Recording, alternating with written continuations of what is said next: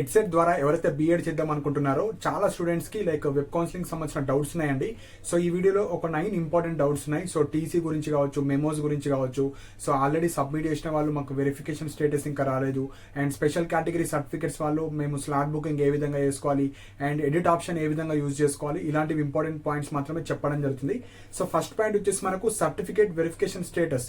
So అక్కడ మనకు వెబ్సైట్లోనే register, మీరు ఎలా అయితే రిజిస్టర్ చేసుకున్నారు కదా, మళ్ళీ రిజిస్టర్ క్లిక్ చేసిన తర్వాత మీ యొక్క hall ticket number, rank enter చేసిన తర్వాత మీకు స్టేటస్ కనిపిస్తుంది.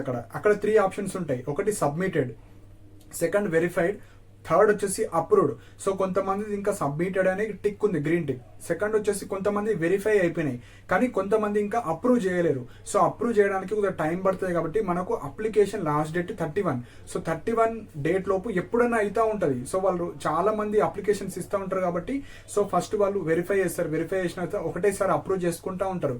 సో ఫస్ట్ పాయింట్ వచ్చేసి మీరు రెగ్యులర్గా మీ యొక్క స్టేటస్ అనేది చెక్ చేస్తూ ఉండండి. సో కొంతమంది నిన్నటి వరకు సబ్మిటెడ్ అనే ఉంది, కొంతమంది వెరిఫైడ్ అని టిక్ వచ్చాయి చాలా మందికి. సో ఇంకొక 2-3 డేస్ కావచ్చు, 4 డేస్లో వాళ్ళు అన్ని సర్టిఫికేట్ చూసి ఫైనల్గా అప్రూవ్ ఇస్తారు. సో అప్రూవ్ ఇచ్చిన వాళ్ళకు డైరెక్ట్ వెబ్ ఆప్షన్ రోజు వెబ్ ఆప్షన్స్ మాత్రమే పెట్టుకోవాలి. సో సపోజ్ అప్రూవ్ రాకపోతే ఇంకా టైం పడుతుంది. సో వాళ్ళన్నీ వెరిఫై చేసే వరకు మీరు చెక్ చేస్తూనే ఉండండి.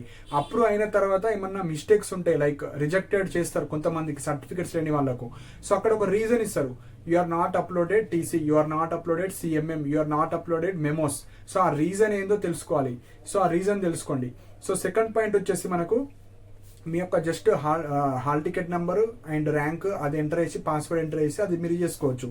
సో నెక్స్ట్ పాయింట్ వచ్చేసి ఎడిట్ ఆప్షన్. సపోజ్ మీరు ఎవరైతే పాత ఇన్కమ్ సర్టిఫికేట్ కావచ్చు, పాత క్యాస్ట్ సర్టిఫికేట్ కావచ్చు, ఇంప్రాపర్గా వేరే సర్టిఫికేట్స్ అప్లోడ్ చేసిన వాళ్ళు, నేను డీటెయిల్గా ఒక వీడియో చేశాను, ప్రీవియస్ వీడియోస్ అది చూడండి.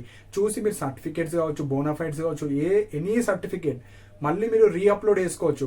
కంపోజ్ ద్వారా మీరు ఈమెయిల్ సర్వీస్ ఉంటుంది వెబ్సైట్లోని, కింద మనకు టాప్ రైట్ బాటంలో రైట్ కార్నర్లో మీకు ఈమెయిల్ సర్వీస్ ఉంటుంది. ఈమెయిల్లో మీ హాల్ టికెట్ నెంబర్, మీ పాస్వర్డ్ ఎంటర్ చేసి మీరు మీ సర్టిఫికేట్స్ అన్ని అప్డేట్ చేసుకోవచ్చు ఎన్నిసార్లు అయినా, ఏ సర్టిఫికేట్ అయినా. సో ఆ వీడియో డీటెయిల్గా ఎక్స్ప్లెయిన్ చేస్తాను. ఆ వీడియో అయితే చూసి మీరు ఎడిట్ ఆప్షన్ చేసుకోవచ్చు, సర్టిఫికేట్ ఎడిట్. నెక్స్ట్ పాయింట్ వచ్చేసి చాలా మంది టీసీకే ఇబ్బంది పడుతున్నారు. సో టీసీ మీకు ఏ టీసీ ఉన్నా అప్లోడ్ చేసుకోవచ్చు, no problem. So TC already నేను వేరే దగ్గర యూజ్ చేసిన, ఎక్కడన్నా యూజ్ చేసుకోండి. ఆ టీసీ ఏదైతే లాస్ట్ స్టడీ, సపోజ్ మీరు డిగ్రీ ఫైనల్ సెమిస్టర్ వాళ్ళు ఉన్నారు, బీటెక్ వాళ్ళు ఉన్నారు, కొంతమందికి టీసీలు ఉండవు. సో వెబ్సైట్లోనే టీసీకి సంబంధించిన అండర్టేకింగ్ పీడిఎఫ్ ఉంది, అది డౌన్లోడ్ చేసుకొని అది ఫిల్ చేసి దాని ఫోటో తీసి ఆ టీసీ అనేది అప్లోడ్ చేయండి. ఆల్రెడీ టీసీ ఉన్న వాళ్ళు మీ ఒరిజినల్ టీసీ ఏదైతే ఉందో అది అప్లోడ్ చేసుకోండి. సో ఇక్కడ టీసీకి అయితే ఎలాంటి ఇష్యూ లేదండి. మీ దగ్గర టీసీ ఉంటే అప్లోడ్ చేయండి, టీసీ లేకపోతే వెబ్సైట్ నుంచి టీసీ డౌన్లోడ్ చేసుకొని అది అప్లోడ్ చేసుకోవచ్చు. సో కౌన్సిలింగ్లో అయితే టీసీకి అంత ఇష్యూ లేదు, కానీ ఏదో ఒక టీసీ అయితే అప్లోడ్ చేయాలి. సో అక్కడ టీసీ నంబర్ అడిగితే నంబరు 1 2 3 4 5 కావచ్చు, ఇట్లా ఏదో ఒక నంబర్ ఎంటర్ చేయండి. వాళ్ళ నంబర్స్ అయితే ఏం చూడరు, మీరు అప్లోడ్ చేసిన సర్టిఫికేట్ మాత్రమే చూస్తారు. కాబట్టి టీసీ లేని వాళ్ళు వెబ్సైట్లో ఉన్న టీసీ అప్లోడ్ చేయండి. లేదంటే లాస్ట్ స్టడీ డిగ్రీ మీద అప్లై చేసే వాళ్ళు డిగ్రీది చేసుకోండి, బీటెక్ వాళ్ళు చేసేది బీటెక్ అలా చేసుకోండి. బీటెక్, పీజీ కావచ్చు, ఎంటెక్ కావచ్చు, అలా మీ దగ్గర టీసీస్ ఉంటే అవి కూడా మీరు అప్లోడ్ చేసుకోవచ్చు. ఏ టీసీ అయినా పర్లేదు, ఏదో ఒక టీసీ అయితే మీరు పెట్టేసేయండి. సో నెక్స్ట్ వచ్చేసి పీజీ డీటెయిల్స్. సో మీకు డిగ్రీ తర్వాత పీజీ ఉన్న వాళ్ళు కావచ్చు, ఎంటెక్ ఉన్న వాళ్ళు కావచ్చు, ఎంబీఏ, ఎంసీఏ కావచ్చు, ఇలా ఇతర హై క్వాలిఫికేషన్ ఉంటే మీకు ఇంట్రెస్ట్ ఉంటే యాడ్ చేసుకోండి. ఇంట్రెస్ట్ లేకపోతే అవసరం లేదు. మనకి ఎడ్సెట్ కౌన్సిలింగ్ క్వాలిఫికేషన్ వచ్చేసి మీరు డిగ్రీ పాస్ అయ్యారా లేదా, బీటెక్ పాస్ అయ్యారా లేదా, అదొకటే చూస్తారు. మీరు పీజీ పాస్ అయ్యారా, మీకు ఎంబీఏ ఉందా, ఎంసీఏ ఉందా, అవసరం లేదు. మీ డిగ్రీలో సపోజ్ రిక్వైర్డ్ పర్సంటేజ్ రాకపోతే అప్పుడు పీజీ మీరు చేసి ఉంటే, పీజీలో బెటర్ మార్క్స్ వస్తే అప్పుడు మీకు పీజీ పెట్టుకోండి. మాకు డిగ్రీ కావచ్చు, బీటెక్లో 50% కన్నా ఎక్కువ ఏమో మార్క్స్ ఉండి మీకు పీజీ పెట్టాల్సిన అవసరం లేదు. పీజీ అనేది జస్ట్ ఎక్స్ట్రా క్వాలిఫికేషనే. సో ఇంకొకసారి చెప్తున్నాను, పీజీ పెట్టినా పెట్టకపోయినా మీకు ఎలాంటి ఎఫెక్ట్ అయితే ఉండదు.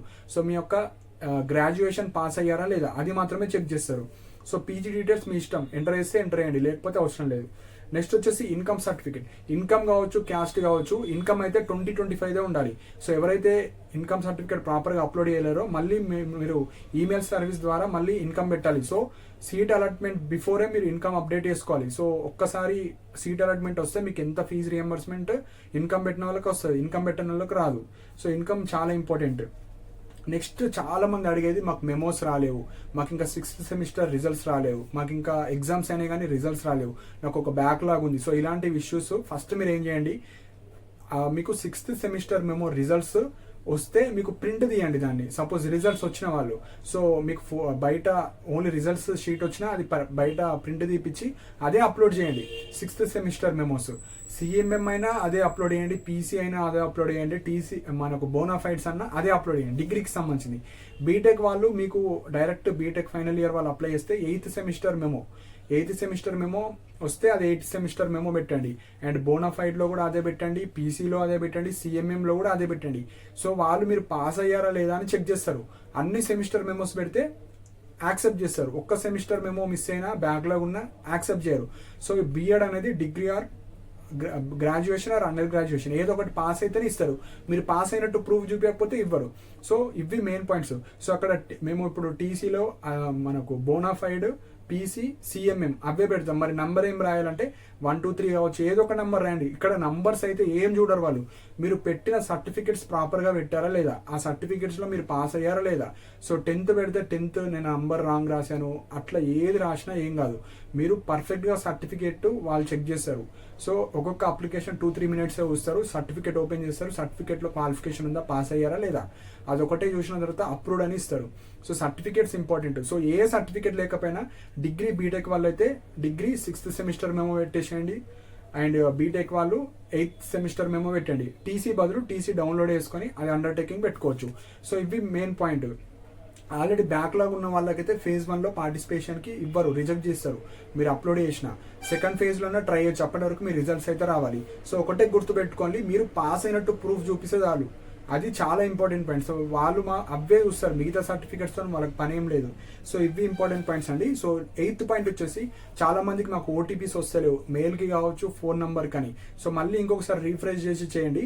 అండ్ ఈమెయిల్ ఓటీపీస్ చాలా మందికి వస్తలేవు. సో మీరు ఏదైతే మెయిల్ ఐడి ఇచ్చారో ఆ మెయిల్ ఐడిలో ఆల్ మెయిల్స్లో అన్న ఉంటుంది, ఇన్బాక్స్లో అన్న ఉంటుంది. ఆ రెండుతో లేకపోతే స్పాంప్ ఉంటుంది కదా, ఆ స్పాంప్లో కూడా మనకు ఓటీపీస్ వస్తాయి. అందులో కూడా చెక్ చేసుకోండి. సో ఆ 3లో చెక్ చేసుకోండి, ఎక్కడో ఒక దగ్గర వచ్చే ఉంటుంది. సో ఆ ఓటీపీ మీరు ఎంటర్ చేసి మీ రిజిస్ట్రేషన్ ప్రాసెస్ అయితే చేసుకోండి. సో ఈమెయిల్ కావచ్చు ఓటీపీ ఇష్యూస్ ఉన్న వాళ్ళు. నెక్స్ట్ వచ్చేసి స్పెషల్ కేటగిరీ ఎవరైతే cap, NCC, pH, sports, so ఇలాంటి స్టూడెంట్స్ మీకు స్లాట్ బుకింగ్ చేసుకోవాలండి. సో హెడ్సెట్కి సంబంధించిన మనకు మెయిన్ వెబ్సైట్లోనే స్లాట్ బుకింగ్కి సంబంధించిన లింక్ ఇచ్చారు. ఆ లింకే క్లిక్ చేసి మీ హాల్ టికెట్ నెంబర్ అండ్ మీ ర్యాంక్ ఎంటర్ చేసిన తర్వాత మీరు ఎన్సీసీ, ఆ క్యాప్, ఆ పిహెచ్, స్పోర్ట్స్ సెలెక్ట్ చేసుకొని ఆ సర్టిఫికేట్ అప్లోడ్ చేసి మీకు ఒక డేట్, టైము, వెన్యూ, ఎక్కడికి వెళ్ళాలి, ఏ రోజు వెళ్ళాలి, ఏ టైంకి వెళ్ళాలి అది ఇస్తారు. సో అది ఏ రోజు ఉందో ఆ రోజే వెళ్ళడానికి ట్రై అండి. వెళ్ళేటప్పుడు ఒరిజినల్స్ అన్ని తీసుకొని వెళ్ళాలి. సో మనకు టైం యాక్చువల్ డేట్స్ 26 to 30, ఒక్కొక్క రోజు ఒక్కొక్క డేట్ టైం ఇస్తారు కాబట్టి మీకు ఏ రోజు వచ్చినా ఆ రోజు వెళ్ళడానికి ట్రై అండి. సపోజ్ ఇచ్చిన డేట్లో వెళ్ళకపోయినా కనీసం 30 నెక్స్ట్ రోజు వెళ్ళడానికి ట్రై అండి. సపోజ్ 26 ఉంది, 26 కుదరకపోతే 27 అని వెళ్ళండి, 27 కుదరకపోతే 28. So last date 30. సో వెళ్తేనే మీకు రిజర్వేషన్ వస్తుంది, మీకు స్పెషల్ రిజర్వేషన్. సో ఇవి ఇంపార్టెంట్ పాయింట్స్ అండి. సో ఒకటే పాయింట్, మీకున్న సర్టిఫికేట్స్ అప్లోడ్ చేయండి. రిజెక్ట్ అయితే అప్పుడు మీరే కాదు మొత్తం తెలంగాణలో ఉన్న అన్ని డిగ్రీ కాలేజ్, ఓయూ, కేయూ కావచ్చు, అన్ని ఎంజీయూ కావచ్చు, మహాత్మా గాంధీ తెలంగాణ యూనివర్సిటీ కావచ్చు, అందరికి సేమ్ ఇష్యూసే ఉన్నాయి కాబట్టి మీరు ఒక్కరికే కాదు. సో అందరికి సేమ్ ఇష్యూస్ ఉంటాయి కాబట్టి మీరు ఓన్లీ సెమిస్టర్ మెమోస్ పెట్టి ప్రొవిజనల్ సర్టిఫికేట్, సిఎంఎం కావచ్చు, టీసీ కావచ్చు, వాటి ప్లేస్లో ఇది పెట్టి ఎక్సెప్ట్ టీసీ అది అండర్టేకింగ్ ఫామ్ ఒకటి అప్లోడ్ చేసుకోండి.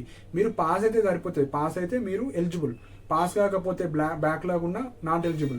అండ్ డిగ్రీ పాస్ అయ్యి పీజీ కావచ్చు, వేరే ఇతర కోర్సులో నాకు బ్యాక్లాగ్ ఉందంటే మీకు ఇక్కడ క్వాలిఫికేషన్ ఓన్లీ డిగ్రీదే చూస్తారు. మీకు పీజీ ఫెయిల్ అయిన అదంతా అవసరం లేదు. డిగ్రీది మాత్రమే అప్లోడ్ చేయండి, బీటెక్ది మాత్రమే అప్లోడ్ అయ్యింది, గ్రాడ్యుయేషన్దే, మీకు హయ్యర్ ఎడ్యుకేషన్ది ఇక్కడ ఏం సంబంధం లేదు. సో ఇవి ఇంపార్టెంట్ పాయింట్స్ అండి. మీకు ఏమైనా డౌట్స్ ఉంటే కింద కమెంట్ సెక్షన్లో మెన్షన్ చేయండి. అండ్ ఇలాంటి అప్డేట్స్ కోసం మన ఛానల్ని సబ్స్క్రైబ్ చేసుకోండి. And thank you for watching my video.